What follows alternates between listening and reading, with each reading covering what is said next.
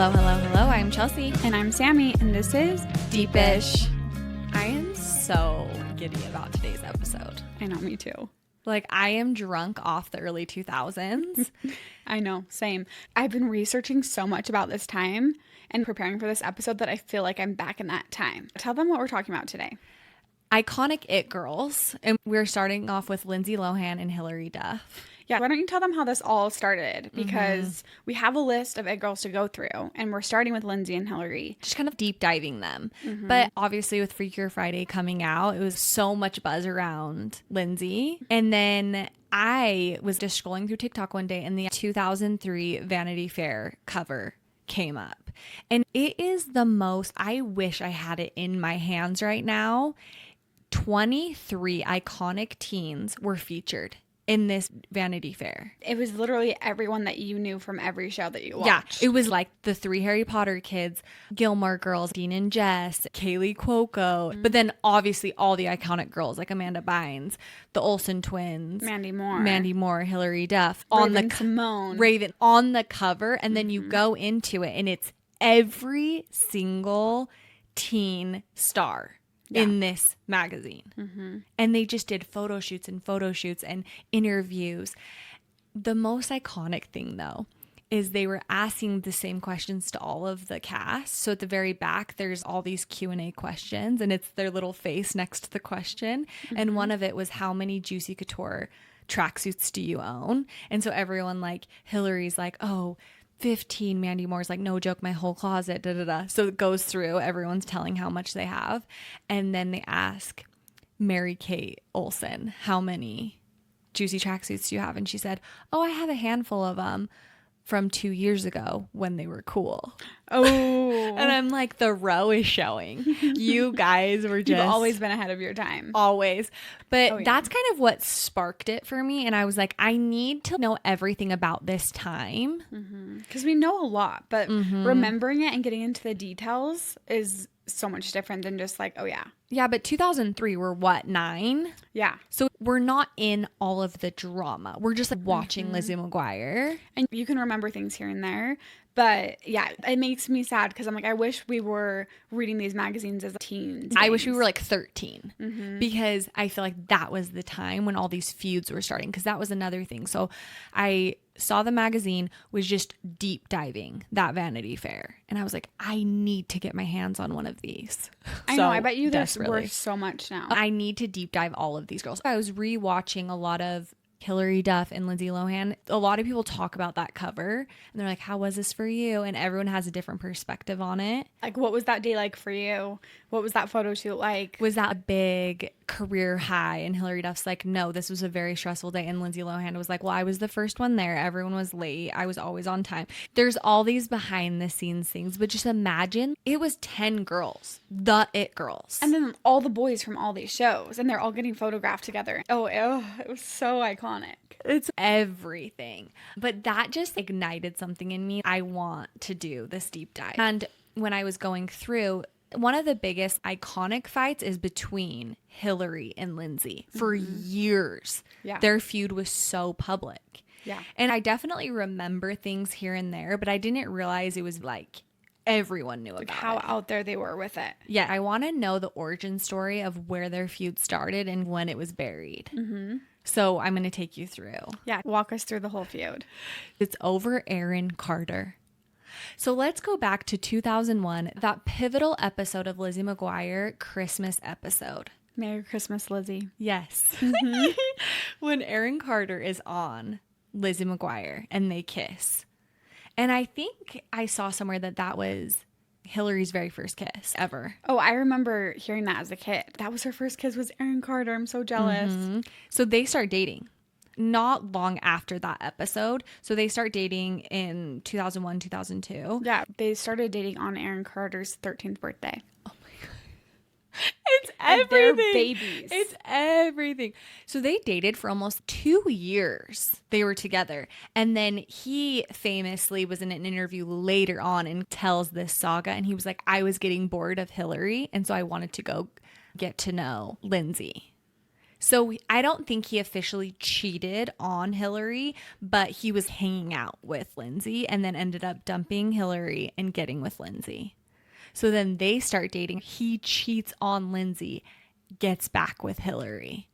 And Aaron takes Hilary to the Lizzie McGuire premiere. Hilary and Aaron were like on and off, on and off, on and off. Yes. So in one of their off spells, he starts dating Lindsay and then cheats on Lindsay with Hilary. Like keeps going back to Hilary. Yeah. And then makes it public by going with Hilary to the Lizzie McGuire premiere. Exactly. And someone says like, oh, so are you guys dating again? And she's like, that's a question for him. It's so good. So they start dating again. And then he cheats on her with someone else. And then that's kind of the end of Aaron Carter. But then 2003 is the premiere of Freaky Friday. And Chad Michael Murray is in Freaky Friday, but at the time he was filming A Cinderella Story. So he says to Hilary, just come and be my date to the Freaky Friday premiere. So he takes Hilary to the Freaky Friday premiere, and Lindsay was pissed and was so upset because there's this interview on the red carpet and someone asks, oh, is Chad your date tonight? And she's like, no, we were going to go, but I decided I want to let everyone know I'm on the market. So I feel like she might have had a crush on Chad. Did her and Chad ever actually date? No, because Chad was 22 and she was 16. But she has like reported that she did have a crush on him at the time. Oh, duh. How could you not? Yeah, but he was older, which is so crazy. She was 16 years old. Because you look at 16-year-olds now and you're like, you're literally children. Because everyone that is playing teenagers are 25 and above. So you think about even Aaron Carter, Hilary Duff, and Lindsay Lohan having a love triangle at 13. I'm like, you guys are actual babies. Yeah. You shouldn't even be dating right now. But it's weird that time of life, everyone really was teenagers. Lindsay was 15 in Freaky Friday. That was when the teens ruled the world. It's not like that anymore. There's not really famous Think about teens. like Outer Banks. They started when they were all 24. Yeah. And But Chase Stokes is literally 32 playing a 16-year-old. Yeah. There's no Nickelodeon. There's no ABC Family. There's no Disney Channel. There's not that teen era. Like teenagers. I think that there is a pool of teen influencers that I don't know about, but I think there is a little bit of that. It's like the child actor is dying. But just the Alexis Bledel and Raven Simone, they were all under 18 years old. Amanda Bynes, everyone. They're all doing red carpets. They're going to the MTV Movie Awards. They're doing all of the things. So she goes to the Freaky Friday premiere, and Lindsay was furious. So while they're filming A Cinderella Story, Lindsay calls Chad and is bashing Hilary, saying all this stuff, how awful she is. And Chad ends up telling Hilary, Lindsay's calling me and talking crap on you. So that kind of fuels it even more. Then flash forward to the Cheaper by the Dozen premiere. Lindsay crashes that. Comes to that. I think by herself. She wasn't there with a date or anything. I think she was just invited and she's like, why not? Hilary reportedly left that premiere crying. Didn't go to any of the after parties. She was so upset. Just because Lindsay was there. Yes. They were feuding. So after that, Lindsay does an interview and she's like, you know what? I just want to bury the hatchet. Hilary Duff, I love you. So everyone's like, okay, things are done, book closed. Then in 2004, Lindsay goes on SNL and does a satire on Hilary Duff, making fun of her. And then they ask Hilary about it and she's like, I don't think it's an honor to be made fun of on Saturday Night Live. And then later that year, she does an interview. And in the interview, she said, sometimes I really hate Lindsay Lohan. So the feud is ongoing. And then Hilary starts dating Joel Mattson. He's in Good Charlotte, the band. And Lindsay's little brother goes to a Good Charlotte concert and he goes up to get an autograph. Joel refused and Lindsay's mom was there. And he says, you guys have to apologize to Hilary and you need to get your daughter to apologize to Hilary. I won't sign anything. So that was like 2004. A few little things happen after that. And then in 2007, it kind of fizzles out because then that's when Lindsay starts going down a different path. Hilary stays pretty clean. Lindsay starts hanging out with Brittany and Paris. And so there's little interviews of Hilary. They're asking specifically about Lindsay and Brittany and Paris. And she's like, I don't have any advice, but you never know what people are going through and why they make those choices. So then people are still trying to stoke the fire. And Hilary's in 2007, she says, she's a really sweet girl. I have nothing against her. I wish her well. And then a few months later, they're seen hanging out together. So then that closes the chapter. The feud is over. And they're good. And they're good. But I wanted so bad.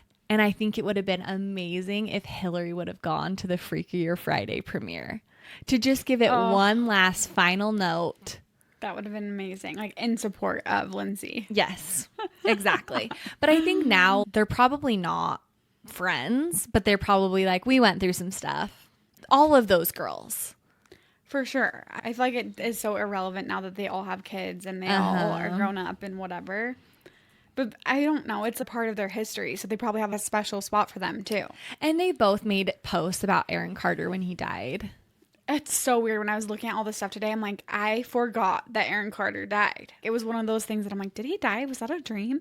I'm like, oh no, yes, he died. That is crazy. Yes. And so I feel like they have that in common. I think it's like we shared a very unique time of life together. Yeah, and a unique life experience that we both understand. But it's so funny watching all their videos of their feud where they're like, I'm not sure what she's talking about, but I'm fine. If you have an issue, Hilary, that's on you. And then it's like her saying the same thing. Yes. It's just being so petty without being petty. It's so funny. In that interview that Lindsay's like, Hilary, I love you. It was a TRL MTV music video premiere of something. And so she was there and she's like, I just need to take a second to say, Hilary Duff, I love you. Just imagine being so enmeshed in that time of life and knowing every single detail. Are you a Hilary or are you a Lindsay?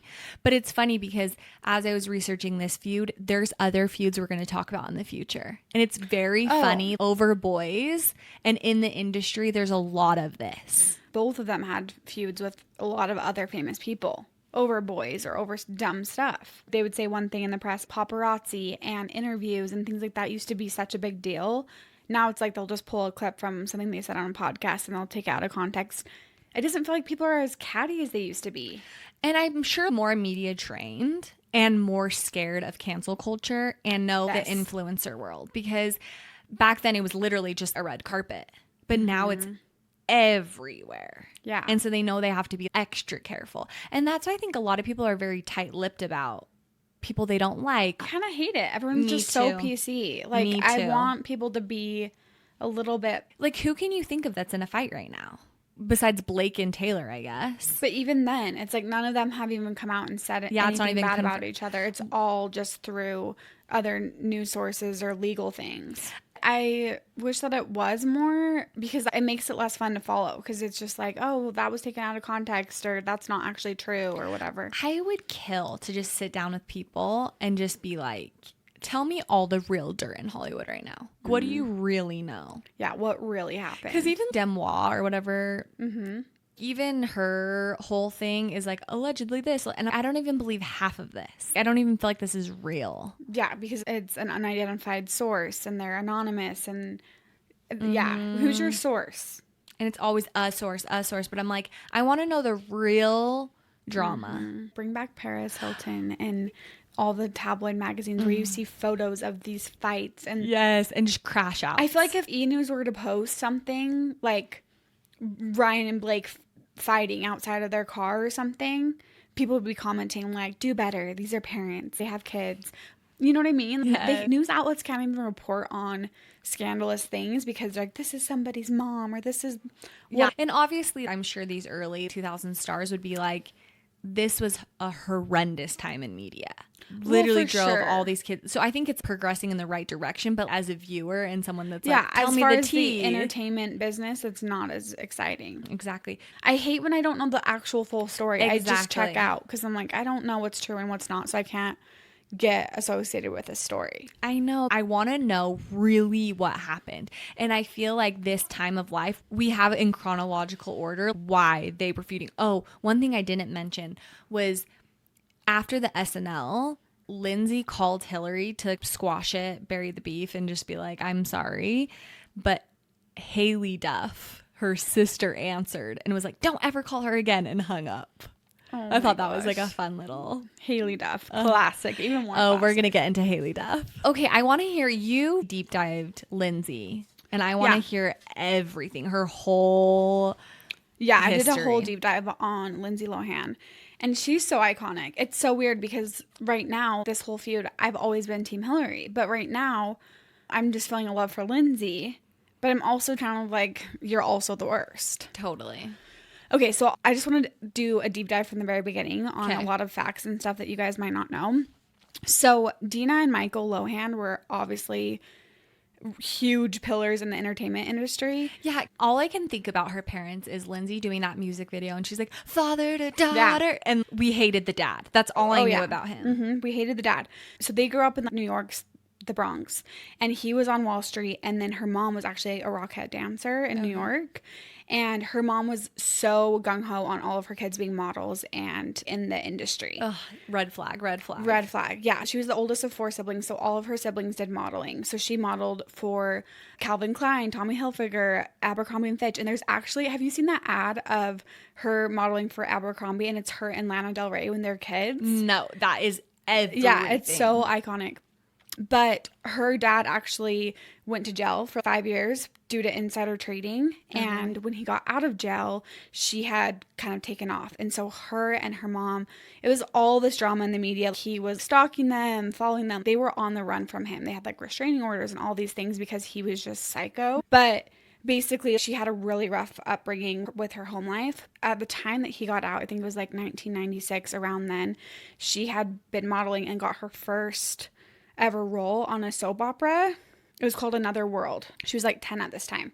And that's how Disney discovered her. So they're like, hey, come audition for The Parent Trap. We really like you. So she auditions for The Parent Trap and she gets the role. They love her, sign a 3-movie contract with her with Disney. So she does Parent Trap. But after Parent Trap, she says, actually, I don't really want to get into this quite yet. I still want to be a kid. I want to take a couple years off and then I'll do my Disney movies.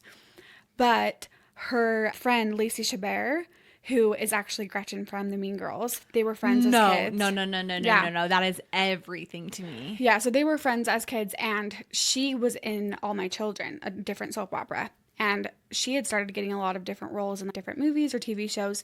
And Lindsay kind of saw that and was getting jealous. And so that drove her to actually throw her hat in the ring, where she's like, okay, actually, I want to start doing movies. So then from there, she does Life Size with Tyra Banks, which was the best. Oh, did she Tyra Banks? She's like, okay, Lindsay, you're down to do Freakier Friday. What about Life Size 2? You're all big and hot now and you forget about Tyra. Just rashing out over Life Size 2. That's amazing. It's so rough. She should do it. So then she does Life Size, and then she does Get a Clue, which was a Disney Channel original movie. Yes. So they love her. Her career starts taking off, obviously from Parent Trap. So then her dad is out of prison at this point.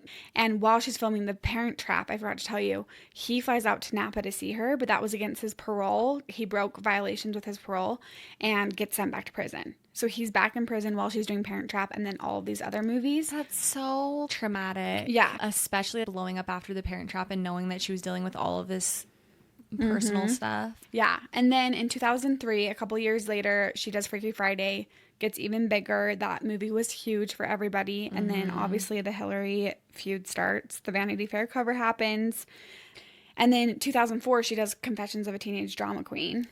Yes. With Megan Fox was in that. Yeah, Megan Fox was in it. And I loved that movie. A lot of her cult following loved that movie, but the critics hated it. Yes, I remember that. Everyone said that it was horrible and basically a flop. But that's kind of where she started getting into music. Freaky Friday dabbled a little bit, but it wasn't like she had a #1 hit song where that was Pink Slip, not Lindsay Lohan. But she started singing in that, and then that's kind of what struck her love for music. 2004 was honestly a huge year for her because she did so much. So 2004 was also when Mean Girls came out, which was honestly the biggest cultural reset of all time. That movie was huge. It still is huge. Oh, it's generationally huge. I feel like it's that movie, and then since then probably Bridesmaids. Yeah. That cult love of a movie of that genre. It's Mean Girls and then Bridesmaids. Yeah. And even Bridesmaids. Bridesmaids is iconic, but it doesn't even touch what Mean Girls was. Yes. So then she starts getting big, and this is where the airplane's starting to descend a little bit when it comes to her reputation and her life, because she hosts the 2004 MTV Movie Awards, and she becomes a bit of a diva. The year before, Sarah Jessica Parker had hosted, and she wanted to top the amount of outfit changes that Sarah Jessica Parker did, and I guess she was kind of a nightmare as the host. Everyone was like, she was the worst, she was such a diva. And she was only 17 at the time, so she was the youngest person to ever host the MTV Movie Awards. She also hosted SNL for the first time that year. So then this is where things start going really south, is she starts doing Herbie Fully Loaded. During that time, she is working on her first album, Speak, and she starts partying. She turns 18, moves to LA, leaves her mom, starts hanging out with Paris and Nicole, starts partying every day. And I feel like Herbie Fully Loaded was the last OG Lindsay face. Like, her put together, she looks like Lindsay. I feel like every role after that, she started getting work done. And I think that's everyone's kind of pillar for where they remember Lindsay Lohan. It's kind of where it divides, where it's like hot mess Lindsay Lohan and child iconic Lindsay Lohan. So then she is getting paid a shit ton for these movies, like $7.5 million per movie. And she's no longer a child, so they no longer have to go against the child labor laws. So she's getting overworked. She's partying every night. She's working on her album. So she ends up getting checked into the hospital for exhaustion. People weren't really sure what was going on with her. If you watch Herbie Fully Loaded, you can see bags under her eyes. She's starting to look rough. She's not looking like her young, vibrant self. And so she gets checked into the hospital for exhaustion, and then her dad comes out and is like, no, she's not in there for exhaustion. She's in there for drug use. It had always been like Michael Lohan was the enemy here and like the bad person of the family, but now he's pointing the finger at Lindsay. And that's when the paparazzi starts to see her in a different light and starts following her everywhere, capturing her partying, which is so crazy to me because she's like 17, 18, 19, 20 years old, and she's at all these clubs with all these people and nobody's saying anything. Clearly like, you're underage. Yeah, and she clearly has no parental safety and figures in her life to really guide her. Her mom's doing cocaine with her. And she's literally making like $10 million a movie. She's so rich. Her life is probably feeling so empty. Yeah. So after she moves to LA, she starts dating Wilmer Valderrama. And he's a creep, no? Yeah. There's like a bunch of stuff about him. There's a bunch of stuff, yeah. And so she starts dating him. At first, she's 17, and he is 20-something. And so she's like, no, he's just like my brother. We're just best friends because they're seen out all the time together. But then she turns 18, and now they're in a relationship. They move in together. He gets her a promise ring, which back in the day, that was everything. And, I mean, at that point, he wasn't known as a creep, but he goes on to date Demi Lovato. He dated Mandy Moore when she was underage. He has, like, a rap sheet of beautiful women. And if you guys don't know who Wilmer is, he is Fez from That 70s Show. And now everyone knows he's a freaking creep. But at the time, I feel like people weren't as woke and didn't really understand that. But now looking back, and he's been caught in so many interviews saying really derogatory things towards women, and he's just a hot mess. So they dated for a long time. She starts hanging out a lot with Paris and Nicole, and they are partying all the time. She's spending so much money. She's shopping. She's dating around. She's doing all of these things. Then her mom files for divorce in 2005 from her dad, and then her dad comes after them for 15% of everything that Lindsay's made since she started becoming famous, which, of course, went nowhere because he's a freaking loser. Yeah, like, don't. Yeah. And so he didn't end up getting anything. Then she gets cast for her next movie, which was Just My Luck. Okay, yes. And this... Wait, question. Was he abusive? He was really abusive to the mom. I don't know if he ever had the kids, but there was so many calls. They had a restraining order on him. They were hiding out at her parents' house for domestic violence and stuff. I don't know if she ever said that he was abusive to her but siblings, to the mom. Okay. But to the mom he was, yeah. Because like, that music video was like seared in my brain. Oh, yeah. Yeah, I'll get into all that.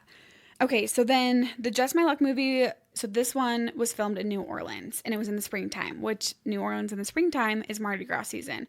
So she was out every single night partying. Biggest party scene, couldn't contain herself, and someone found her purse, and they found like cocaine in a rolled up $20 bill, and she's still only like 18, 19 at this point.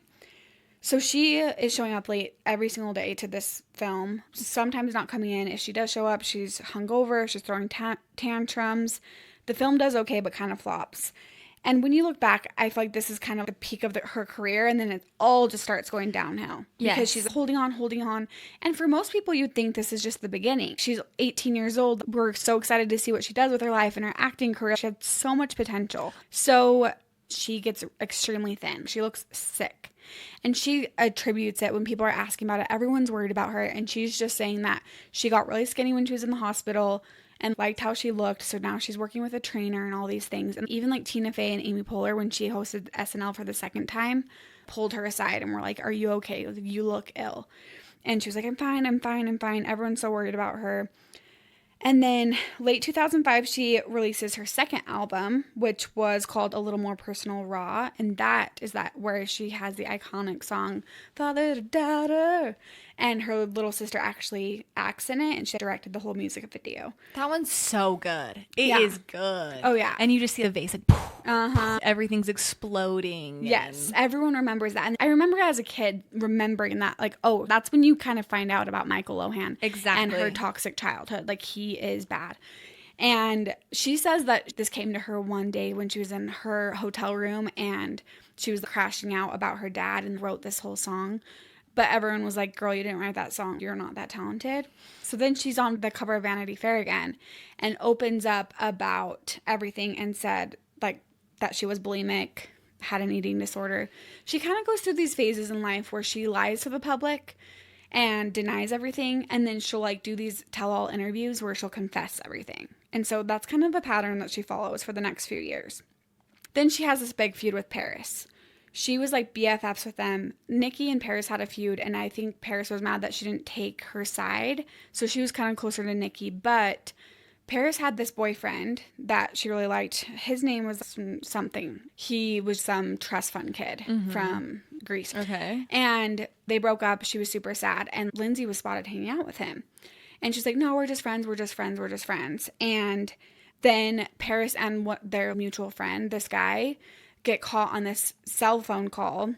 Someone records a video of them talking, and he calls Lindsay Lohan a fire crotch. And that was the phone call that was heard across the country because Perez Hilton posted everything, and that was when everyone learned what a fire crotch was, and Paris was laughing. That was when their beef started, and Lindsay was like, oh, okay. So they would go back and forth all the time. But Lindsay and Paris. Yeah, same thing. Lindsay was getting into her car once and she called her the C word. They're like, what do you think about Paris Hilton? And then she's a beep. And then she's like, what? I didn't say that. Me and Paris are best friends. Like, same Hilary vibes. Yeah. But what's crazy is a few years later, Lindsay Lohan is moving and somebody finds a list that she wrote down every single person that she's had sex with. Like, her hookup list. And I'm going to read you some of these names because it's iconic. Oh my gosh, I love this. What one of the people that was on the list was Paris's ex-boyfriend. That Stavros guy. That Stavros guy that she said she was just friends with was on her hookup list. Yeah. Okay, so some of the guys: Justin Timberlake, Ashton Kutcher, James Franco, Joaquin Phoenix, Ryan Phillippe, Zac Efron, Nico Tortorella. Do you know him? He's in Younger with Hilary Duff. Oh, okay. Heath Ledger. The list goes on and on. No. Do you feel like this is real? Yeah. Like, I have the picture from In Touch magazine, and you can see her handwriting on it. And so one of her assistants screenshotted it. But there's a whole list of all of these famous people that she had sex with. But the biggest deal, I feel like, was that she wrote down that she had sex with Paris's boyfriend. So that was crazy. Wow. So they would always talk crap on each other in the media, and Paris would always just be like, oh, she's beyond such a loser, blah, blah, blah. And I think that they still, to this day, hate each other. Really? Yeah. So this next movie that she does really is the nail in the coffin for her career, because the next movie she does is Georgia Rule. Do you remember that movie? No. So that movie was with Felicity Huffman, and she would never show up to set. And the CEO of the production company ended up sending her a letter that was scolding her and was like, I can't believe it. You're the most unprofessional person I've ever worked with. You're letting us all down. You better be on set tomorrow. All of these things. And so this letter gets released, and now nobody wants to work with her. And at this time, nobody comes to her defense. Tina Fey doesn't come to her defense. Like, all of these people that she had done a great job with, nobody's coming to her defense. Ugh, Jamie Lee Curtis, where are you? Mm-hmm. I know, exactly. So then now at this point, she can't get a gig. But she probably does suck. She probably really sucks at this time. Yeah. And it's just so unreliable. She would be booked for some type of interview on Regis and Kelly, and she said she had food poisoning. And then that afternoon, she'd be on TRL. And just all of her stories don't line up, or people would fly across the country for this photo shoot, and then she would just say, I'm not coming. And then it just ruined it. Just so hard to work with. Yeah. So I understand why. But she's what, 21 maybe at this point? 20? Mm-hmm. Like, she's still a freaking kid. And at this point, she's partying and stuff, but they're just deny. Her mom is like, oh no, she's just having a Shirley Temple at the bar with me. She's not drinking. She doesn't do drugs. But then at this point, she is seen in public wearing a 90-day sober chip. And everyone's like, what the heck? And she's like, yeah, I've been sober for 90 days. And her publicist did it as a PR stunt. But people were like, okay, so do you have an alcohol problem? This is crazy. She's seen all over town having so many breakdowns. She's having a breakdown after the Golden Globes because she's saying that James Franco wouldn't sleep with her. And she's screaming this in public, getting photographed. All of these things are happening. And then her friend releases a video of her doing cocaine. So all of these things are getting confirmed that everyone was thinking. So then over Memorial Day weekend of 2007, this is when Samantha Ronson joins the game. Do you remember this? No. So Samantha Ronson is Mark Ronson's daughter. The Ronson family is like, the mom is a fashion designer. Mark Ronson works with, Uptown Funk, Bruno Mars. Okay. He's a really big music producer. Mm-hmm. But Samantha is a DJ. So this was when Lindsay had her lesbian love fest. But at the time, she was always accusing her of cheating on her. It was a super toxic relationship. They were always seen fighting, screaming at each other. And then now she looks back and says that they were just best friends. But they were definitely in a relationship. So then that weekend, she ends up, May 26th of 2007, she gets arrested for the first time due to some high-speed car Oh my chase. gosh, and I feel like I remember this cover. Yeah. She photo. has 6 iconic mugshots. 6. Oh, and they're Lindsay. all just her platinum blonde hair, her bad spray tan, looking really thin. So she does this high-speed car chase. Basically, she gets pulled over for drunk driving, won't pull over. She's in the car with these guys. She's like, I'm a celebrity. I can do whatever I want. I can get away with anything. They end up arresting her. She gets sentenced to 1 day in jail, 10 days of community service, and then 3 years of probation. She had to pay a fine and do this alcohol class. But this was iconic for the people who are local because this is when she got checked into the Cirque Lodge. Do you remember when she was here? Oh my gosh. And we're like, oh my gosh, that's Lindsay in the helicopter. Yes. Yes. Or people like, I saw Lindsay at Gold's Gym on 800 North. Or we'd always drive by Samco. We're like, justice for Lilo. It was iconic having her in Utah. Because the Cirque Lodge literally is down the street from us. Yeah. Yeah, and so we were excited to have her local, and she would get bused to go work out at this gym. And so then everyone was like, oh my gosh, I saw her. She's so nice. I saw her on the elliptical, whatever. So that was kind of our claim to fame and connection with Lindsay Lohan. So then in 2009, her and Samantha Ronson call it quits after they have this massive fight. Samantha's DJing this party and won't let her in. It's like, don't let Lindsay in. And then Lindsay goes on a tweeting spree, this is what's crazy. This is the time of the BlackBerry. This is when Twitter gets involved. All of these things are happening, and these people are still, they're like Donald Trump on Twitter back in 2009. Because Twitter used to be diary. And you are saying everything you're doing and everything you're thinking. Yeah. And so she's like, fine, you can cheat on me. Once a cheater, always a cheater. Always accusing her of lying. So they were toxic, but they were also the it queer couple. They were the first to... I don't remember this at all, do you? Oh, I remember being so weirded out by it, that Lindsay Lohan was dating this girl DJ. It was groundbreaking. Okay, so then she does a movie called Labor Pains. Do you remember this movie? Yes, I remember it. I can just picture the cover of her, the with book. Her belly. Yeah, it's like a book belly. Mm-hmm. Yes. Because I think she fakes a pregnancy or something. But this was a good catch for her where she's like, this movie's going to be huge. And so she kept calling the paparazzi on herself, like, come, look, I'm working. I'm showing up on time. I'm doing all these things. She's trying to grasp at all these straws to save her reputation. And then the movie doesn't even end up going to theaters. It gets published on ABC Family. And that movie kind of flops. So then from there, she's trying to make her way back into TV. She does a few episodes of Ugly Betty, but they end up firing her because she didn't get along with America Ferrera. She doesn't know what to do. She's not getting hired in any of these films. She starts this clothing line, this brand of leggings, which I didn't know about, called 6126, which is Marilyn Monroe's birthday. She had this weird obsession with Marilyn Monroe. But the leggings were like $150. But this was before the Lululemon time, and so people were not paying $150. Yeah. But they were in all the high-end stores like Dash, the Kardashians' boutique. But people weren't buying them, so that ended up failing. You think things can't get worse at this point, but they do. I feel so sad for her. I know. But also I kind of hate her right now. Right now I'm here with the public where I'm like so sick of her. I'm rolling my eyes. I'm like, get your stuff together. So at this point, she keeps breaking her parole. She keeps not doing her community service, not fulfilling any of her promises. She has this court date, but then she ends up going to this movie festival in Europe. She says that she always has some excuse to the judge, and then the judge will move the court date, and then she'll have another excuse so she doesn't show up. So she gets arrested a couple of different times. They post bail. She pays $100,000, $200,000, keeps filing all these problems. And then finally, she's at the MTV Movie Awards after party with her ankle monitor, and it's lighting up, and she gets arrested because she's out partying and violating her parole.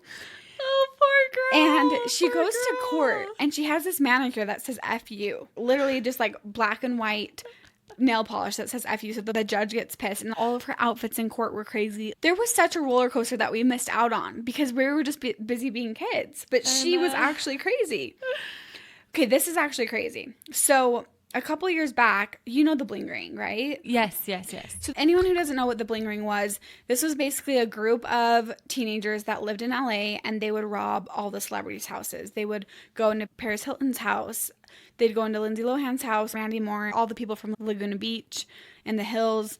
And these kids end up getting caught because they would go and they stole so much from all of these celebrities. And they did a movie and Emma Watson was in it. Do you remember that? So Emma Watson played Alexis Nyers, who's the main girl of the bling ring. Mm-hmm. So the last time that Lindsay gets arrested, because the first time she gets sentenced to 1 day in jail, she only ends up serving like 28 minutes because of overcrowding in the jail. So the second time she gets sentenced to 90 days in jail, but then only ends up serving 10 days or something. But Alexis Nyers, who had robbed Lindsay Lohan, was in the same jail with her.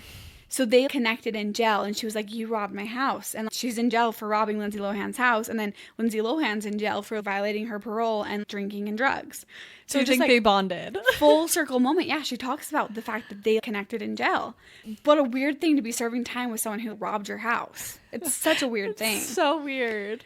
So that was a fun fact. But anyway, so then at this point, she's running out of money because she is committing so many crimes. She's posting so much bail. She is horrible with her money. So then she starts dating all of these old men. Gets into sugar daddy territory where they would beg, okay, come to this party and we'll pay you this much. Or come on a date with me, or say that you're my date to this. And basically like sugar daddy 2.0, but these old, gross, rich men. And they were paying her all of these things.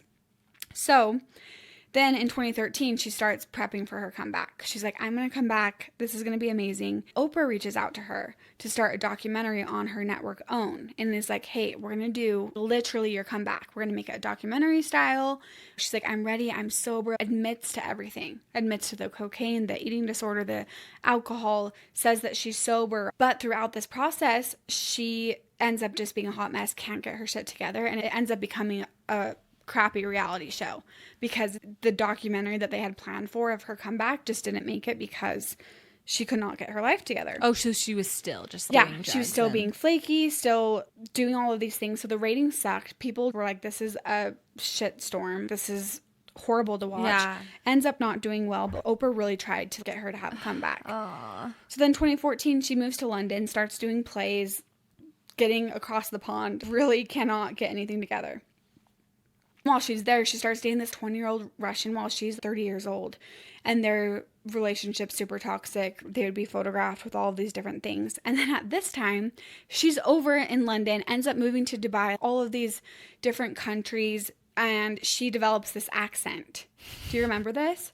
Kind of. It's like a Russian/British accent.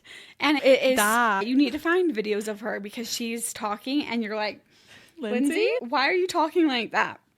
So then she opens up a club in Greece called Lohan. This was in Athens. She has this club called Lohan. And then in Mykonos, she opens up the Lohan Day Club, which there's this iconic video you've probably seen of her dancing. And then she's like, this is how we party in Mykonos. And it was like, where is Lindsay Lohan? Oh, she's in Greece and she's at her club. This is just the bow to tie it all together, right? Yeah. And those are actually still open and thriving. Really? Yeah. So then she moves to Dubai because Dubai is a place that she can be private. Paparazzi is actually illegal there. They can't take photos or anything. So she loves it there and she actually still lives there. 2020, she gets hired as a guest judge on The Masked Singer in Australia and actually does a good job. It's like starting to pull her stuff together, does a good job. She was excited because they hired her back for a second season, but the pandemic hit and she couldn't come back. But what did happen during the pandemic was the cast of Mean Girls did a table read over Zoom and streamed it for people to be entertained. And so that was when we saw Lindsay with all of her friends and we were like, oh my gosh, this is when the comeback really starts to happen. So I feel like that's what kicked it off. Oh, and right before that, she releases this song called Coming Back to Me. And I really feel like she manifested her comeback with this song because she sings all about coming back to herself, remembering who she is, and then all of these things start falling into place. Oh my gosh, amazing. We love a manifester. Yeah, it's like this cheesy club song.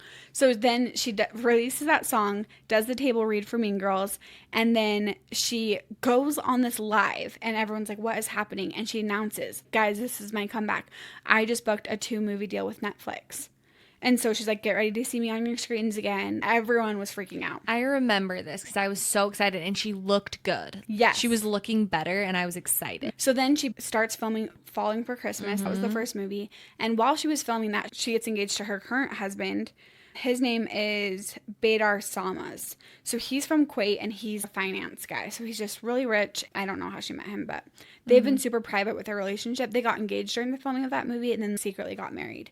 But now they have a 2-year-old son. So following that movie, she did another movie, which was... Falling for Christmas was garbage, but I was happy to see her. Her acting sucked so bad in it. But it was a huge deal because it was her first movie in 10 years. Like, literally, she hadn't been in a movie in 10 years, a whole decade. And so then she did that, and then there was The Irish Wish that she did on Netflix as well. It was a little notch better than Falling for Christmas. I like Falling for Christmas better. And maybe it's the writing too, because I was like, oh, it's cheese for sure. But again, I was like, oh, I'm happy. Yeah. So that was Irish Wish. And then she was on a couple other Netflix Lifetime shows. Do you remember the other Christmas one that was good? Yeah. It was The Switch or whatever. They were faking something. And that one was good. Like the writing was better and she was funny in that. Yeah. And then she does the Freaky Friday sequel. She has a 2-year-old son. She's thriving. She has her comeback, her glow up. She looks amazing. Seems to be doing so much better. Yes. And our girl's back. So the second Christmas one that I was saying, I liked her better. I was like, her acting's getting better. She's kind of locking into like, I'm an actress. Yeah. But then I just watched Freaky Friday. And holy crap. I loved it. You loved it? I loved it. First of all, I think she looks amazing. I want to talk about what we think she's had done.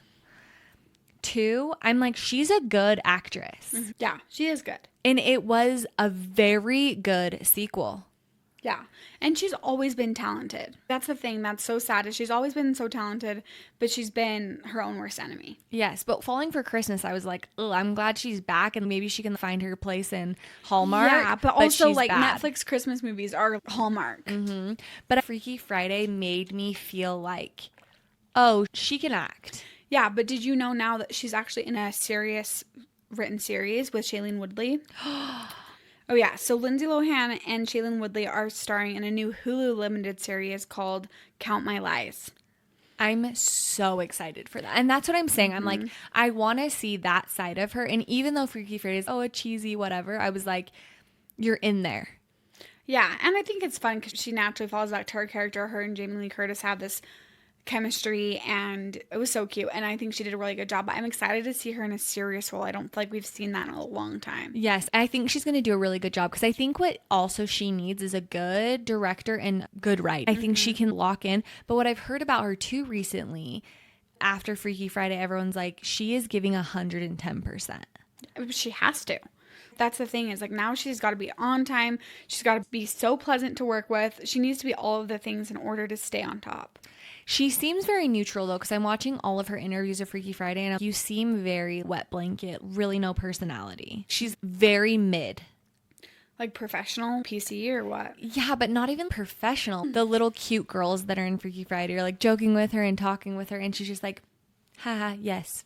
And you're just like, hello? Knock, knock, knock. Yeah. Where are you? But that's the thing is, there's never been a time in my life that you've been really drawn to her personality. Well, I think there's 3 Lindsays. I feel like the Lindsay, the Parent Trap, Get a Clue, Life Size, that's one Lindsay. Mm-hmm. And then it's Mean Girls, Herbie Fully Loaded, that time of life, Teenage Drama Queen. And then it's her Crash Out, and then now. All of those are separate to me. Yeah. Which I think is... I don't see this through line of even personality. Which is kind of weird because when you compare it to Hilary Duff, because I'm like, well, she was a kid, then she was a teenager. Like, she's evolved through all these roles. But then Hilary Duff seems like the exact same person since she was 7 years old. I know. I can't wait to get into Hilary because it's so opposite. And that's what I'm saying. I feel like her personality connects back to freaking Lizzie McGuire. And I feel like Lindsay now, that is not Parent Trap Lindsay. That is not even Mean Girls Lindsay. If you were to say, okay, take me back to 1996 when Parent Trap was being filmed, and now show me Lindsay Lohan grown up, and you see her with her husband and her son, and she looks amazing. You're like, wow, that's she a connector. Yeah, that is a connector. But also just all these different versions of herself, and she had a really hard childhood. I'd be curious to see what Hilary Duff's upbringing was like and what her parents are like and all the different things, because it's so different. But at the same time, and I'm sure we'll get into this in a different episode, the Amanda Bynes of it all. Yeah, deep dive on her. There is the example of 2 people who went down similar paths, but one came out on the other side and the other didn't. Yes. And so it's actually really impressive that she did have to take those years, and she did. Good for her for moving to Dubai and getting away from Hollywood and finding herself again, grounding herself, finding an amazing spouse. Because I feel like this husband that she has is really good for her. That's kind of the catalyst of how she's been able to stay so well. Like neutral and well, yes. And I feel like even becoming a mom is probably really shifting, because in a lot of her interviews, they're like, oh, what does Lindsay like to do? And they're like, hang out with her kid and her husband. Mm-hmm. She's a homebody, doesn't like to party. Like, very... Well, and she probably has to stay away from all of that.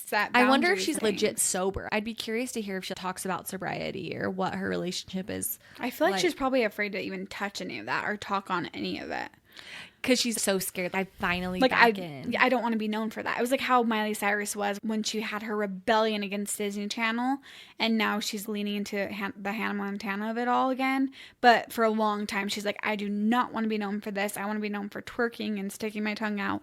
And it comes back around. And so I feel like now Lindsay obviously doesn't want to be associated with that. So I'm sure she doesn't talk about it. I'm curious what her answer would be when she gets asked. And I think she's probably really proud of herself, but I'm so proud of her. She really was having to go against the grain, and she is. Watching Freakier Friday, I was like, this is healing a part of me I didn't know needed to be healed. It's so true. And even last year, she had been asked about her family, and she says she doesn't talk to a lot of them. She set really healthy boundaries, cut her dad out of her life, and now has her own family, has her own son, and is trying to do better. So I feel like her separating herself from her family too is a really big deal for her. Well, it's probably drugs and alcohol, setting boundaries with family, and time away from Hollywood. Yeah.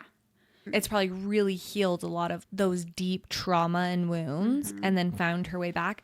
But I'm thinking back even to Falling for Christmas to Freakier Friday. Yeah. Her face looks different. Mm-hmm. Especially the Mykonos time. She looked rough. She looked better in Falling for Christmas, but she looked rough. And now I'm watching Freakier Friday and all these interviews. I'm like, you look beautiful. Mm-hmm. You look healthy. You don't look botched. It doesn't look like you've had a ton of work done. I know she has, but I'm so curious. What do you think she's had done? It's hard because even looking through a lot of these old videos, she used to have hella lip filler. Her lips were massive. And so I think she's gotten a lot of it dissolved. I think a lot of people are stepping away from filler and doing more Botox and lasers and I'm sure surgeries and peels and things. But I think when people look good like that and they look like themselves, they have less filler. I don't know. What do you think? I know you know more about this stuff than I do. Well, I was literally looking after Freakier Friday. I pulled up a picture from her in 2019 and I had a side by side and I was like, whoa, she looks so different. And what I think, if anyone's interested in my thoughts, I think she's gotten an upper bluff because her eyes used to be very hooded. I think they're way more open. I think she got buccal fat removal because her face used to be like more round, but chunkier round. So what does buccal fat removal It's like mean? it makes your face more slim. It's the fat at the top of your jaw. Okay. And then I think she's had filler in her cheeks, dissolved filler in her lips, and then Botox. That's my guess because some people are like, I think she's gotten a facelift, but I don't think it's a facelift. Well, I think she's really thin right now too, and she's sober. So if she actually is sober, like that's so much inflammation in your face when you're drinking all that alcohol and drugs. So people are so used to seeing her face puffy and inflamed. Yes. But I was like, whatever she's doing, this is the standard. Oh, I do think she's either gotten a nose job or a lot of like contour filler in her nose because her nose looks very different. Maybe a lip flip. I'm just looking at her and I'm like, she has a lot of work done because it's very drastic from 2019 to now. A lot of people talk about it where they're like, she has had a ton of work done, but she also looks like herself, which is really hard to accomplish. Exactly. I'm so happy for her. It really does feel like, okay, things can work out. From our childhood, it is healing in a way, and it is comforting that someone who you thought was lost forever is back and is Thriving. doing well.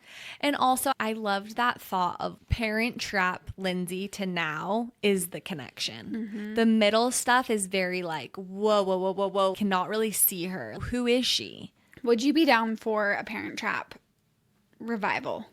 I don't know. Because you see how Jesse and Meredith went to the Freaky Friday premiere, and Meredith was in Freaky Friday, Freaker Friday. And I'm like, oh, would that be so cute if you have Jesse and then you have them and then she has kids? It's kind of the same story where it's like always them and now it's about the kids. So it would be very similar. I feel like it would have to be a really good script, like Freakier Friday. I keep touching on it because they did such a good job. Yeah, I was cheesy, but it was really well done. The only thing I didn't like was Jake had a crush on the mom still. But I feel like that's throwing it back to the lore of Freaky Friday. You know what I mean? Yes, like but it's campy. Yeah, it is campy. But when Jake originally had a crush on the mom, it was because Anna was in the mom's body. But he doesn't know that he switched. But it's weird because they did date for a long time after that because he's like, oh, you are cool and you do like motorcycles. And then they dated. And then it's like, oh, this is mom's ex-boyfriend and the song's about him and whatever. Yeah. So you dated her and now you see her again. I kind of wanted them to reconnect. I kind of wished that they had a part what I two. thought. Or That maybe would be he was the amazing. ex-husband. But they still had a good relationship, but it just they didn't had work a out. kid together. Yeah. Not just like. And it's like, Dad, I some love you. And then random maybe she's like, surrogate. no, she still loves Dad. Or something like that. I think that they could have ironed that out a little more because it made Jake seem a lot more dumb and That's what I don't love diminished that relationship from the first. Yeah. I don't like his character in that. No. But did you see that interview about him talking about a Cinderella story? He was talking about a Cinderella story and he's being shown all these pictures of different movies he's done. And so he gets shown this Cinderella story and he's like, that's one of my favorite movies I've ever done. Talks about how much fun it was. And then he was like, I would be so down to do a sequel to that movie. Let's get it in the books. He was so down. And that actually would be everything to me. Because Freaky Friday, yeah, obviously we all watched it. It was the best. But Cinderella story, if we can do something that Sam and Austin end up together, and then we bring back Jennifer Coolidge. Can you imagine? And it's so funny because Chad Michael Murray has been in so many interviews lately. And I love that he's so proud of all of his work. But it also is a testament to you haven't really done anything. He's in the Sullivan Crossing thing now. And there might be a One Tree Hill reboot, which I pray we need to get into that in another episode. Yeah, we should do a whole Chad Michael Murray deep dive. Let's do a Chad Michael Murray deep dive. Or just like the 90s, 2000s teenage heartthrobs. Yes, and we'll get into them. tackle a few. We need to talk about him. But he's also so kind. In all of his interviews, he's so nice about everyone. I feel like he's in a really good place. Yes. I love seeing him in all the Hallmark movies because that's kind of where he's been the last few years, and then maybe now in more shows, and that's kind of starting to pick up. But he wants those reboots, and he has nothing but good things to say about Hilary. He's like, she is light. She walks into a room and she lights up the room. Yes. He wants it bad. See, Cinderella and I story root too. for that. And he has a whole thought behind it. He's like, oh, this would be the story is they fell apart. Austin Ames is a teacher now at the high school, and Hilary's daughter goes to the school. Her marriage didn't last or something happened. And then it's like a double Cinderella story where the daughter kind of has a crush on someone, and then they're chaperoning at a dance, and then they like... See, I love that he's thought of a whole script for it. And I'm like, yes, do that, please. Even Chad Michael Murray in Freaky Friday, I didn't have a crush on him. But then Austin next Ames. year, Austin Ames comes out, and I'm like, have my children. Yeah. Literally Austin Ames and then freaking Lucas. You cannot make this up. Oh, yes. Okay, so segueing into that, let's get into Hilary, which let's is get into Hilary. way less problematic, and just her trajectory in history is not as roller coaster. It's very just coasting through her life. Her big breakout is Lizzie McGuire, but my first introduction to Hilary Duff was Casper Meets Wendy. So pivotal for me. Oh, I agree. I can close my eyes and I remember The red dress. and like I had a crush on a ghost. Yeah. I wanted to date a ghost. Mm-hmm. No, Casper. Remember when they're dancing in the gazebo and then they start floating? Yeah. This is the thing. I am a freaking tall ass monster. And at this time, like 6th grade, I remember watching this. And she has these beautiful, huge, chunky red heels in that. And all I wanted to do was wear a heel. Because she was a short, stubby girl. She's like short. And you were tall and lanky. I wanted Lizzie McGuire's body, though. I was like, that's Really? the dream. Yes. I was like, I want to be 5 foot and more curvy. Because I was so skinny and tall. It makes sense because that was like opposite of you. That was my body type. I didn't hit my growth spurt yet. And that is what I wanted. I thought clothes looked cuter on them. She looked so cute. Mm-hmm. And so when I'd recreate her outfits and stuff, I was like, I don't look like her. Yeah. You know? Mm-hmm. But Casper Meets Wendy was everything to me. Yeah. She was able to be such a standout in that as someone you looked up to as a little girl for some reason. Because I could ask all my friends and they'd be like, yes, Casper Meets Wendy. Wendy, she was just so cute. Something about her. And just her as a little witch.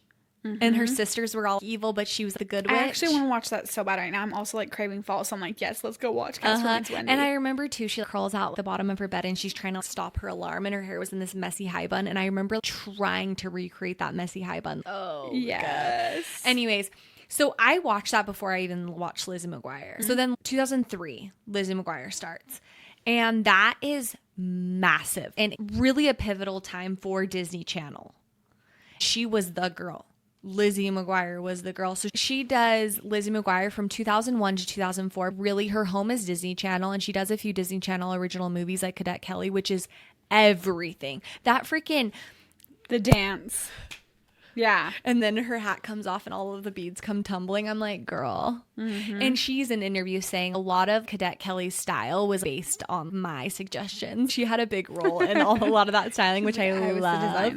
But her big movie breakout was the Lizzie McGuire movie. That was like her first box office hit, which was crazy because everyone thought it'd be like, oh, a cute Disney movie. And they decided to release it in theaters. And it was a sleeper hit. It did really well in the box offices and they were shocked. And that was really the grand finale of Lizzie McGuire was the movie, but they actually were trying to have her come back and there was supposed to be her actually going to high school and a 2.0, but they just couldn't get the script right. There was a lot of back and forth. Everyone wasn't on the same page. They put a pin in it, like, okay, maybe we'll touch back, but just no one could get on the same page with it. And at that time, too, she really wanted to separate herself from Lizzie McGuire. So she's like, I want to do other stuff. And then she does Cheaper by the Dozen. And then A Cinderella Story is her big We Out Here. That movie, we just touched on it. Yeah. Waiting for You is like waiting for rain in this drought. Useless and disappointing. That movie made you look forward to becoming a teenager. You wanted to be a tomboy. Yeah. She made being a tomboy cool, made being a loner cool. It was the classic, she's not the popular girl, but she's the girl next door. and attainable and so cute and so cool. And during this time too, obviously we touched on the Lindsay drama and stuff. She really did not have a lot of feuds, did not have a lot of drama between 2000 and 2006. All of this movie career, clean, no real beef. She had her Lindsay beef, and that was her big thing. And I'm wondering if she learned her lesson with that. I don't like this public beef. I don't like this drama or something, because other than that, there's not a lot of partying. She didn't get into drugs. I think she had a good home life. She was close with her parents. She was close with her siblings. She said at home growing up, she never felt like the famous sibling. She was very grounded, and I think that that's probably a big reason. Do you know how she got into the industry? I know that she really wanted to be an actress, and so she would ask her mom to go to auditions, and her mom would drive her. Because I know someone asked her a question recently, would you let your kids do acting? And she's like, probably not at a young age, but if they were really passionate about it, I would, because I know my mom did for me. My mom took me to auditions, and I was really pushing for them. But I don't know if I really believe that when kids say that. But that's the thing, is my sister was the same way, where she wanted to be a Disney Channel star so bad. We'd go to all these random mall auditions and stuff, because that was her dream for a couple of years. I think that it's natural that kids would want to do that, but I feel like parents have more leeway in that than they think, where your mom's not just gonna move to Hollywood with you just because you want to do it. Totally. But going back to Lizzie McGuire movie, I thought there was a few little behind the scenes stuff that I didn't know, which Lizzie McGuire movie was literally one of my favorite movies. So you know the ending, What Dreams Are Made Of, Isabella and Lizzie are singing. Isabella's voice is dubbed over by Haley Duff, her sister. Oh, really? I had no idea. So she's singing. Wow. I thought that was so iconic. Also, Haley and Hilary used to always be so close growing up. I don't know if you remember, they were in Material Girls. Do you remember that movie? Oh, yeah. Our Lips Are Sealed. Yes. They're in Material Girls. A few years ago, this was like 2021, they stopped posting about each other, stopped liking each other's posts, and allegedly Haley doesn't like her current husband. I don't think that they're super close, which made me sad, because I remember her, Haley Duff. And she was in Napoleon Dynamite and all these Hallmark movies. She has a very interesting career, Haley Duff. She was in Napoleon Dynamite? Yeah, she's like the older sister or something. Weird. I had no idea. She's in a lot of Hallmark movies now. I'm like, oh, Haley Duff. I'm definitely going to watch this one. And then Paolo lip singing is loosely based on Ashley Simpson SNL incident. Remember when Ashley Simpson was lip singing? They wrote that in loosely based on that because they thought that would be funny. Because that was a very big moment in pop culture, and I think they were trying to capitalize on that. The Lizzie McGuire movie was so big. So I remember seeing it at the Windsong in Riverwoods. Yeah, it's so weird that it ended up becoming so big, it being based off of a Disney Channel show. Yes, and I'm so sad that they've let it slip through their fingers. They couldn't get on the same page. They were going to do another season, her going to high school, which would have been everything to us, literally everything.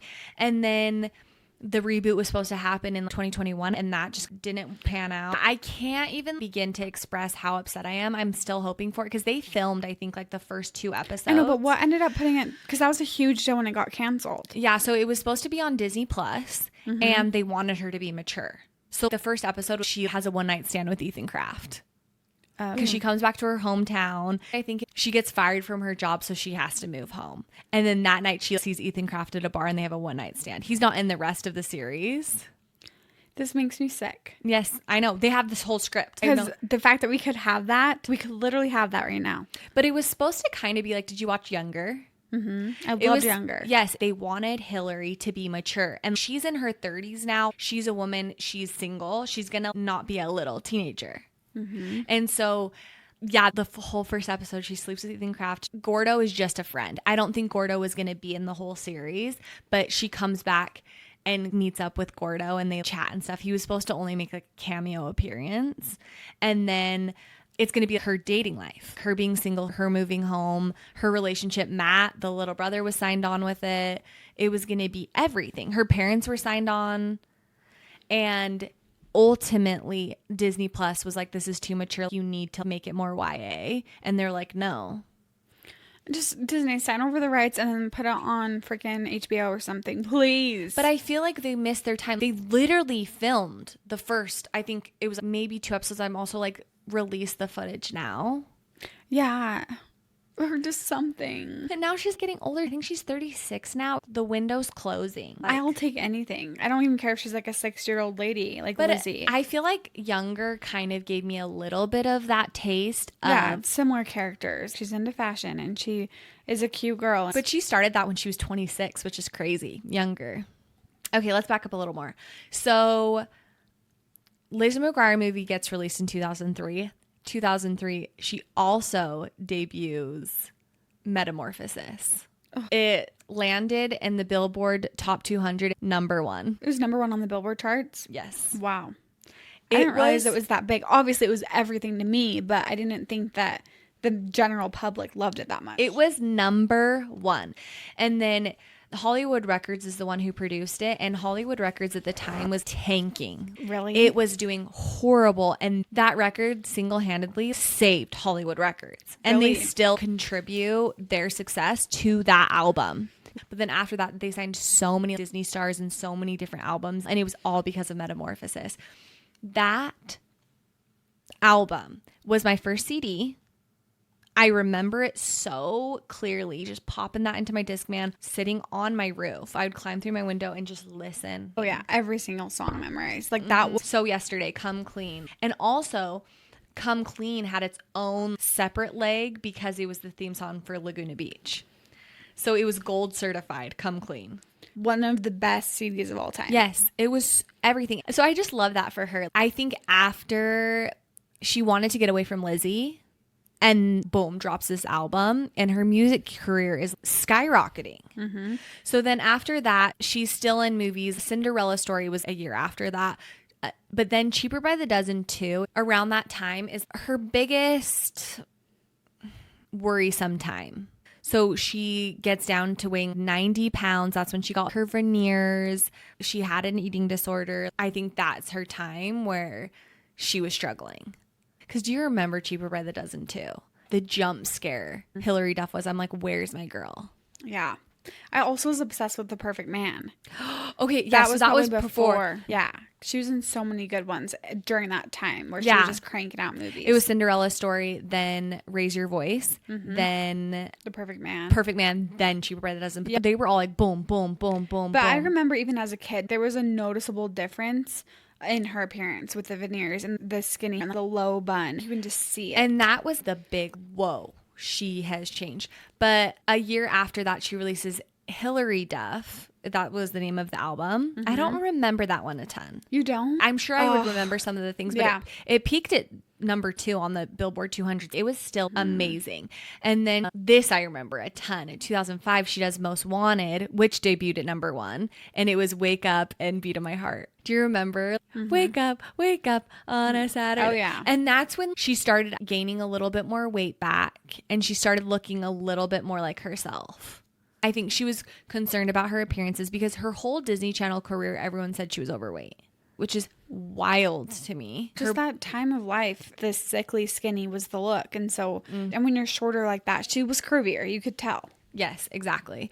So then in between then, she doesn't come out with really any movies. She releases another album, Dignity, in 2007. Do you remember that one at all? I don't remember Dignity at all. I think that's when her music career starts declining. Because she wasn't a good singer. Neither was Lindsay Lohan. It's just because they had such a cult following and they could kind of sing. They were releasing these albums and these preteens could relate to the lyrics and things. And so it was everything. But these music careers don't last because the talent is just not there. Exactly. So Dignity kind of declines. She's not in anything. What year is this? 2007. Okay.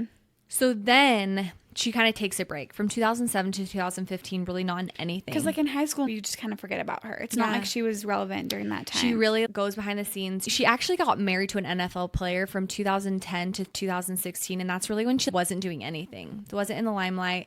I think that wasn't a very good relationship. She got divorced in 2016. But a year prior, in 2015, she released her latest album, Breathe In, Breathe Out. I remember the one song was called Sparks.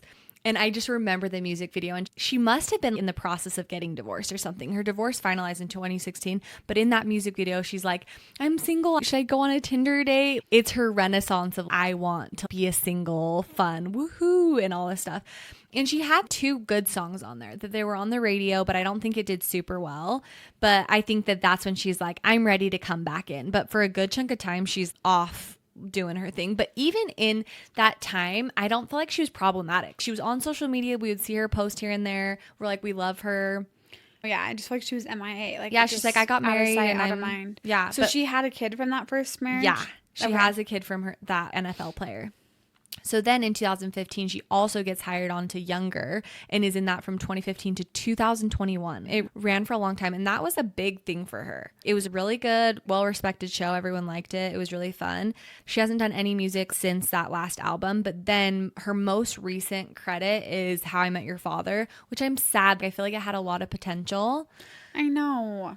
Because they tried literally right after Younger wrapped is when the Lizzie McGuire was starting in 2021. And then that just fizzled out. And then How I Met Your Father started. And I think it has 2 seasons. Yeah, I just don't feel like the world has much of a palette for sitcoms anymore, unfortunately. No, and to reboot How I Met Your Mother, that was lightning in a bottle. I loved How I Met Your Mother and How I Met Your Father. I watched the first 5 episodes and I'm like, this sucks. It's not good. But as a concept, when you hear about it, it's like, oh, that sounds really good. But just the execution was not good. Not good. And her love interests were rough. It really flopped. It did not do well, so it got canceled. She doesn't have any upcoming projects or anything, but she's still been on covers of things. She does interviews. She does a lot still. She's definitely still in the public eye, but she's not like currently doing anything. But in 2017, she did get remarried and she has 3 daughters with her current husband. And this is the guy that I think her sister doesn't like. So he is, I guess, a music producer. And he just posted this year in 2025, her in the studio. Oh. So I think we might be getting a new album. And recently she was in an interview saying, I am not even close to creating my favorite movie or my favorite album. And so I'm like, I wonder what this music will be. But how do we feel about I don't know. It's weird because I swear I saw something that she was saying that she wasn't coming back to music or that was not interested in that. Yeah, kind of close that chapter. Is that true? No, I didn't see anything that she was saying she was done because this is literally in May. She was in the studio and he posted a picture of her. And he's in music? Yeah, he's like a music producer. I think they actually met on her last album, Breathe In, Breathe Out. Okay. And so I think they dated for a while and then they got married in 2017.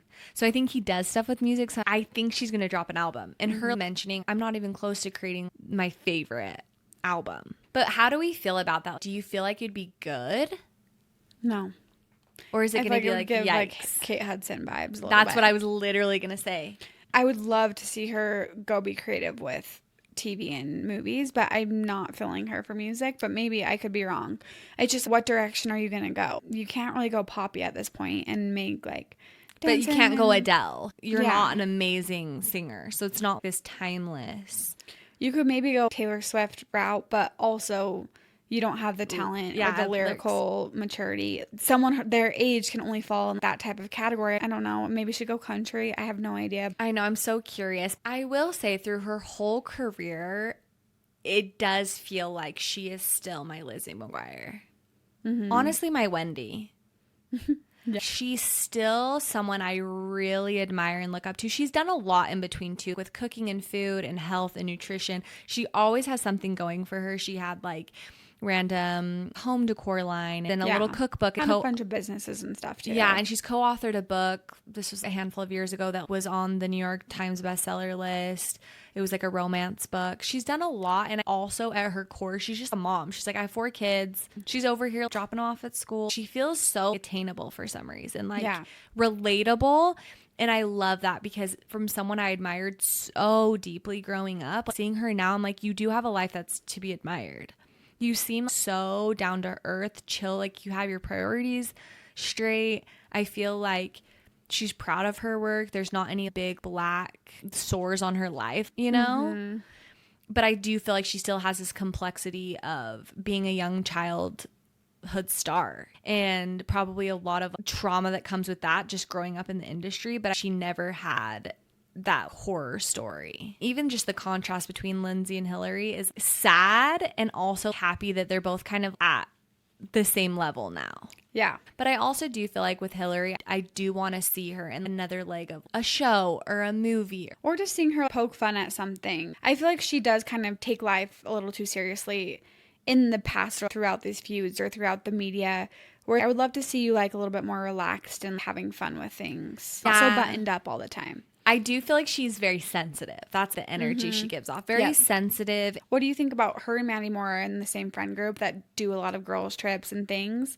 It's so weird. They have this really close group of friends and they're both in it, which is fun and random. Yeah, she was saying on that Vanity Fair cover, she's like, this is hilarious because me and Mandy are actually really good friends now. Every time I see her post a dinner party, there's Mandy Moore. They give off the same energy though. Kind of, but Mandy Moore just seems so much older. So much older. It's weird because I feel like these girls that we're talking about are one generation, but the next generation we're going to discuss, the Miley, Selena, that is another generation. They're only a few years apart, but it's like, whoa, they're so much younger than you guys. And I think when you're so young, it's more influential. I remember even just my thoughts on Britney Spears. You looked at these icons, and then when you grow up, you're a little bit more level-headed and understand like how things work. For sure. Kids definitely have that now. I think that they look up to people, but I feel like there's so many people now. I think for us, we had this little handful of... I don't think it's the opposite. Are there so many? Like, okay, as a 13-year-old, who are they looking at? I just mean there's too many where it's like, oh, I like this influencer, or I like the girl from Outer Banks. I like this girl, or I like this girl. Okay, this girl, who are you talking about? Like, Outer Banks is the one show you can reference. My 13-year-old But niece, I guess I'm not, like, we should get them up there and be like, who are you obsessed with? I'm saying it's not like that anymore. The lore of being obsessed with celebrities is not the same. I get what you're saying about influencers, but even then, like, if I called my 13-year-old niece right now and asked her, like, it's not like she'd be like, oh yeah, like this influencer, you know? And she loves Taylor Swift. Maybe it's more like these kids are just like, we can be influencers. Let's just be famous. I feel like for us, everyone wanted to be a Disney Channel star, but there was one avenue to get it, and it was like those random mall casting calls. But now kids are probably watching these influencers and are like, we might as well do dances. We might as well do that. There's not the mystery that there used to be. They know their life so well because they're doing a Get Ready With Me or a day in the life or whatever. And before, tabloids and magazines and stuff was all that you got. But who were you obsessed with? Who were you diehard obsessed with at that pivotal age? Depending on the time. Definitely Hilary Duff, Avril Lavigne.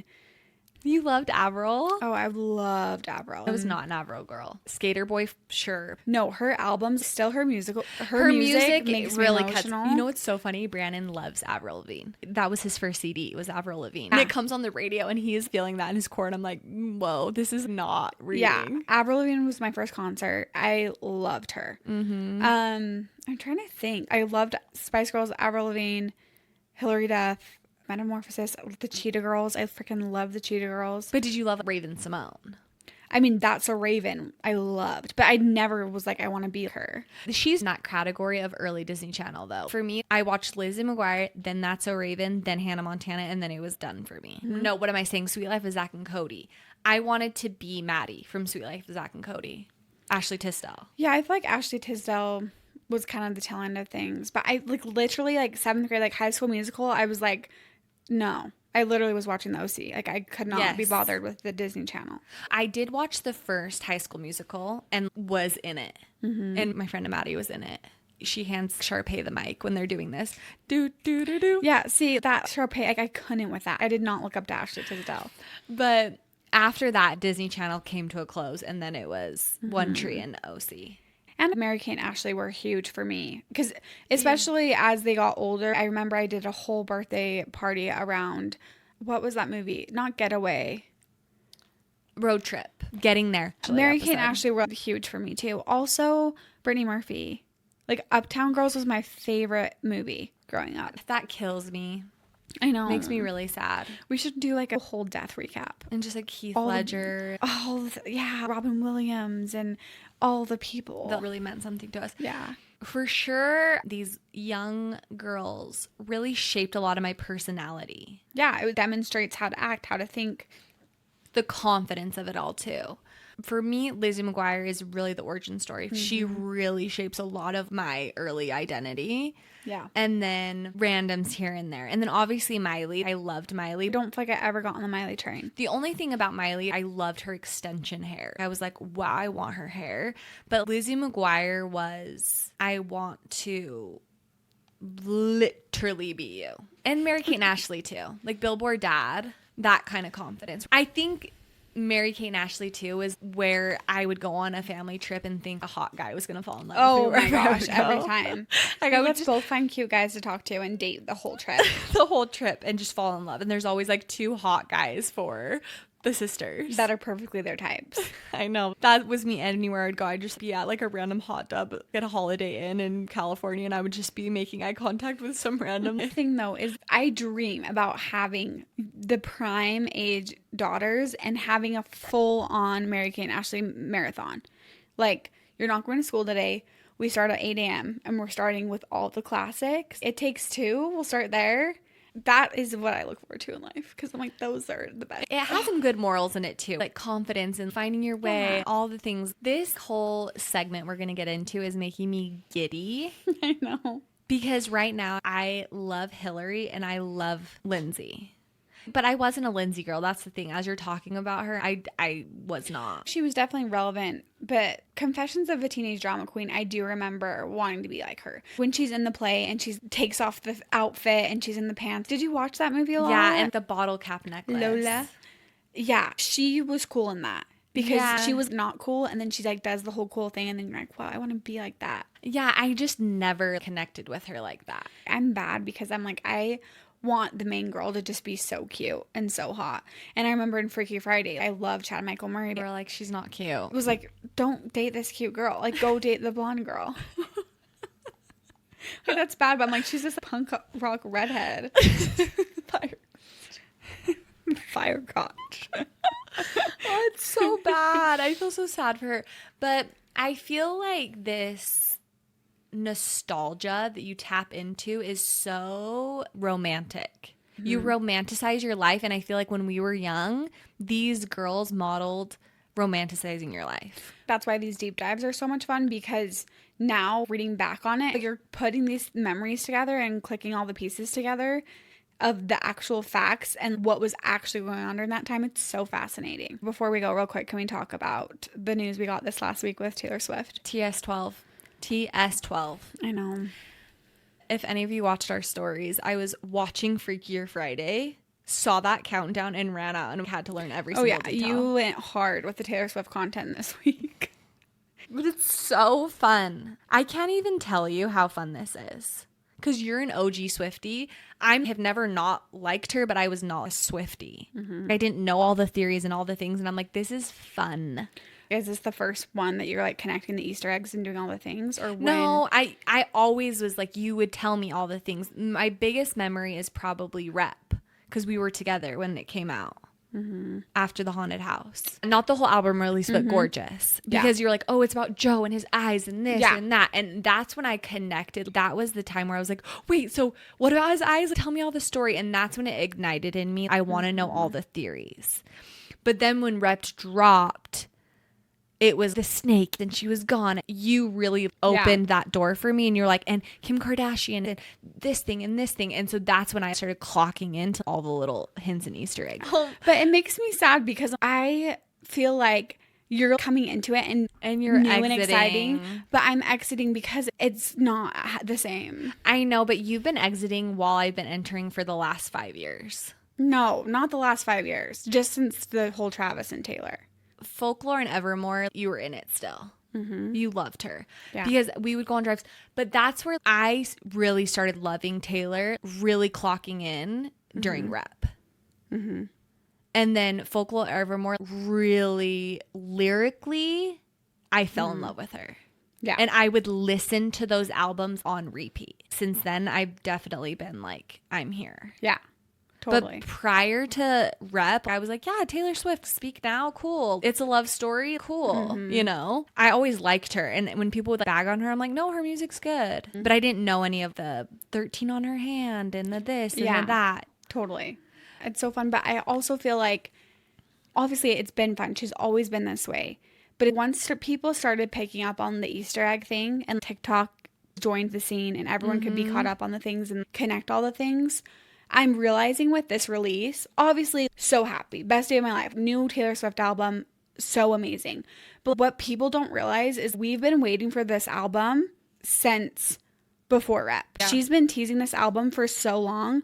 The Orange, the Karma. Midnights. No, before that. Literally in the Look What You Made Me Do music video, we're like, oh my gosh, the 12th album is Orange and it's this and blah, blah, blah. I think it clicked for me where a lot of the Easter eggs don't matter. And the Easter egg thing is just a marketing scam for her business. It's not this special little thing where I'm opening the album art and looking at all the capital A's. So I don't know. I think I'm just feeling like that was kind of a letdown. Just all of those years of what is her master plan. I think you eventually will get jaded on the Easter eggs because they're never as good as you think they're going to be. I know. And I'm realizing that even now I had 10 ideas of how that was going to go. And it wasn't. Even the Doors coming down. And I was like, oh, it's going to be 4 albums. I think she realizes that we like over and then she always like undersells it. I'm realizing that. Mm-hmm. And I think just realizing out of all these Easter eggs, it is a marketing ploy. This is a business strategy. You're not doing this because it's fun and you're taking on us on a little scavenger hunt for I think it was love. Like, I think there's an element of that. I think she still loves it and she loves her fans, but I definitely think it's probably shifted a little more into marketing. Mm-hmm. But also, okay, let's talk on the podcast for 2 seconds. The New Heights podcast. That was everything to me. I'm obsessed. I love it. Jason, ask a little bit better questions.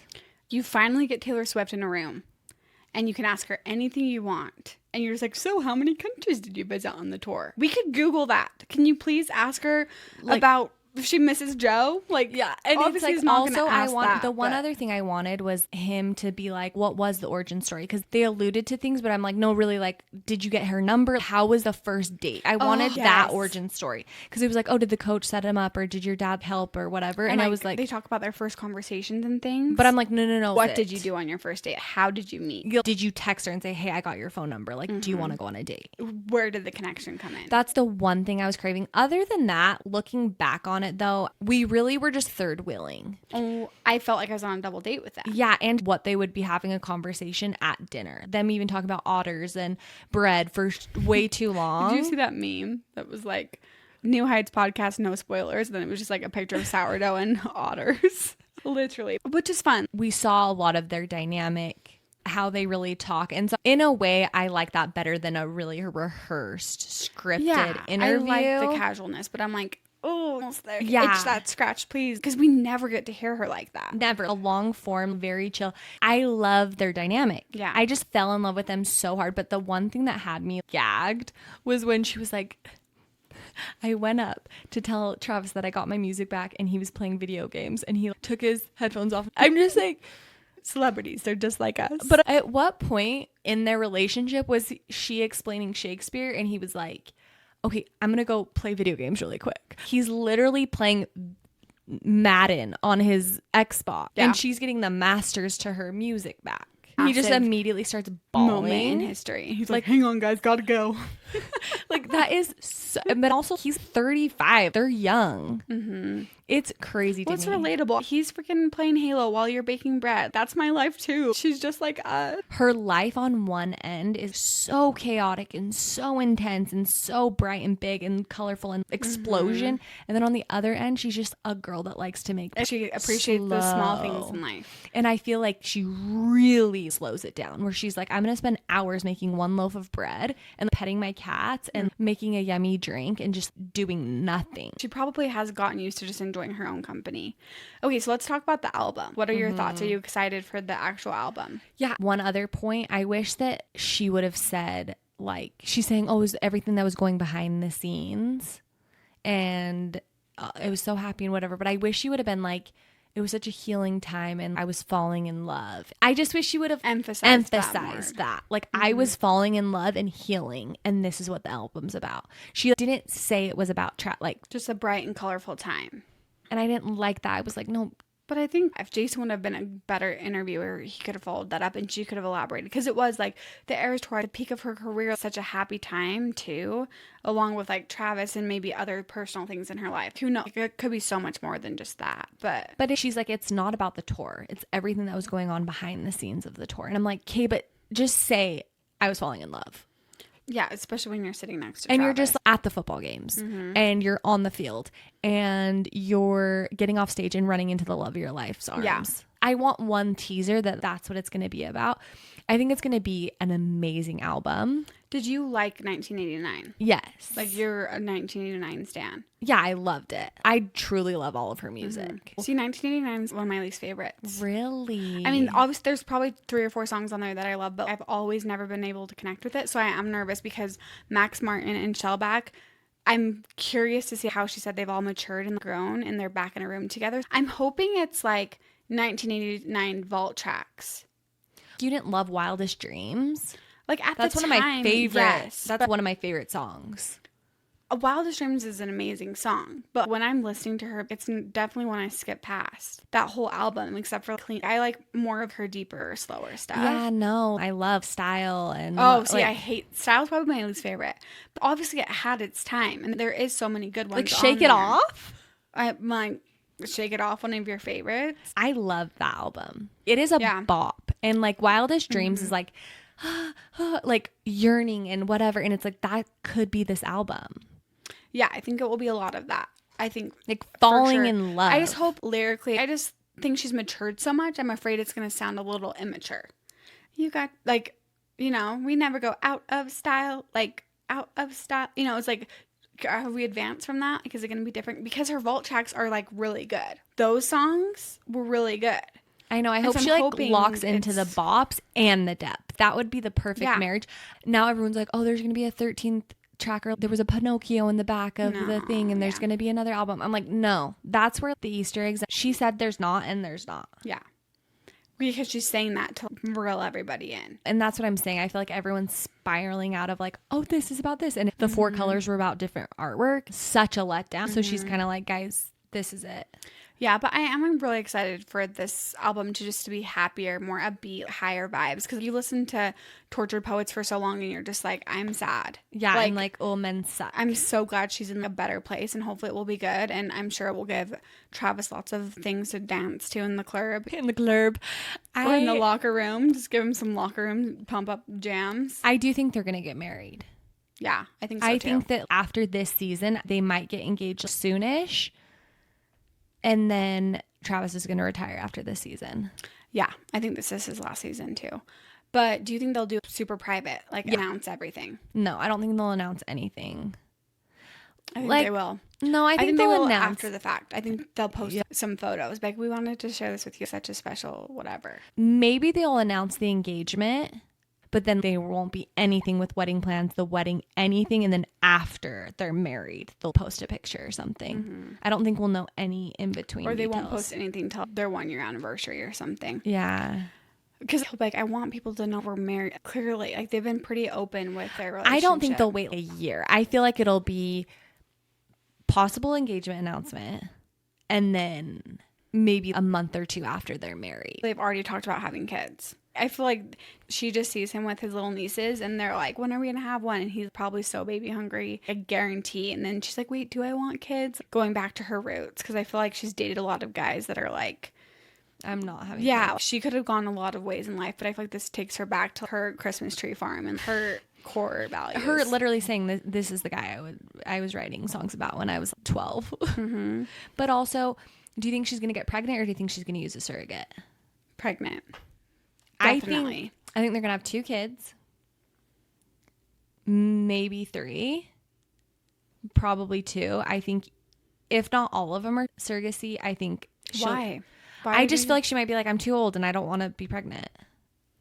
I mean, I guess. I don't know. I feel like celebrities do it all the time. So many celebrities are doing surrogates though. That's so sad to me, kind of. It's great. It's a great option, but just if you have the opportunity to at least carry one. So that's what I'm thinking. I feel like she might carry one and then do surrogate for 1 or 2 more. Yeah. Maybe if she doesn't do it for all of them. I really feel like they're just this middle America couple. And that's what I love. Did you see that picture of them at the wedding? And it's her hand with the little glass, and then his hand's like massive. And Yeah. Like he's huge. I'm sure she loves that. Just like feeling small for once in her freaking life. That's what I'm saying. He is like daddy to her. Yeah. Scott Swift. It's one of those things that I'm sure she's just talking to Abigail. How did I get here? But love that I'm here. But if you ever told me I would marry someone from the like a freaking football bro that plays Halo in his spare time, I would have laughed in your face. I know. I love them so. Did it make you love them more, or are you still really skeptical? No, it made me like them more. I think I also just I'm just not a diehard for couples. I just don't like. Yeah, that's and not I really ship. Yeah, I like you ship couples. hard, but there's something inside me that I'm like, no, I don't know enough about your relationship to get attached. If I'm reading a book and it's really spelling out every detail about, then I can get into it. But there's so much I don't know that I can't Get into it. sign on for this. Oh, I'm like the exact opposite. Yeah. I still am thinking about Tom and Zendaya like weekly. See, but that icks me out when people are when you're like, oh my gosh, I love this couple. I just I don't care for it, but I love that you do. But I think that's the resistance in me, and I'm protective of her as my best friend, where I'm like, are you sure this is what you want? Like, you've always said you wanted this, and now you're having this. Is this your dream? Is this really what you want for your life? I know it is. And But I think he's the perfect person. But that podcast kind of restored faith in me that it is what she wants. So I'm like, oh yeah, she's happy. But before that, we knew nothing about their relationship except for what they showed us. And then Travis is just like balling out in his freaking Gucci tracksuit to dinner, you know? 1,000%. It really gave a lot of levity to their relationship and reassured us that it is what we hoped it would be. Exactly. Like, so high school is real. I loved it. It was rom-com status though. It's weird because did you ever watch the Lifetime movie about their like No, you told me there was about like it. a made up one about it, and I was like, I literally feel like I'm watching it. Like the conversations were the same.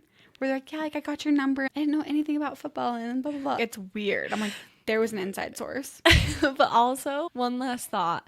The best was when she was like, loving him was bread. And then he was like, and that wasn't on the set list. Oh my gosh. See, that's the kind of stuff that I'm like, the only thing that is kind of sus is you see her at the height. You go to the Eras tour and you're like, this chick, as she's like vigilante shit. I feel like it's perfect because if someone was a diehard fan of her, I don't feel like she would like it. I know. Like he's just a fan enough, but it's like, don't worry, I sweetie, don't want that him wasn't to be a diehard fan, but also at this point, you don't know the song "Red" that her whole album is about. I mean, he knows it. I feel like afterwards he'll be like, oh my gosh, I'm so stupid. But I kind of liked it. It was like a weird passive aggressive couple moment a little bit. Like, don't worry, that wasn't on the set list, honey. Yeah, and then like, he you was don't like, know me. love you. It felt like they're real. Like, you don't remember my favorite color. It's fine. Yeah. Yeah, but I think as a Swiftie, it's like, you don't even know the lyrics to Red. How dare you? But also if he was like, okay, the 10-minute version and started, you'd be like, oof, I don't like that either. So I feel like it's a good combo. Totally. Yeah, because I guarantee that probably every guy she's dated wouldn't know that reference. Okay, guys, that was a long one, a fun one, everything. I can't wait for our next deep dives. I know, I'm going to go do a marathon of Hilary Duff and Lindsay Lohan movies. Oh, hell yeah. I'm watching Cinderella Story tonight. Talk to you guys next week. Love you. Bye. Love you. Bye.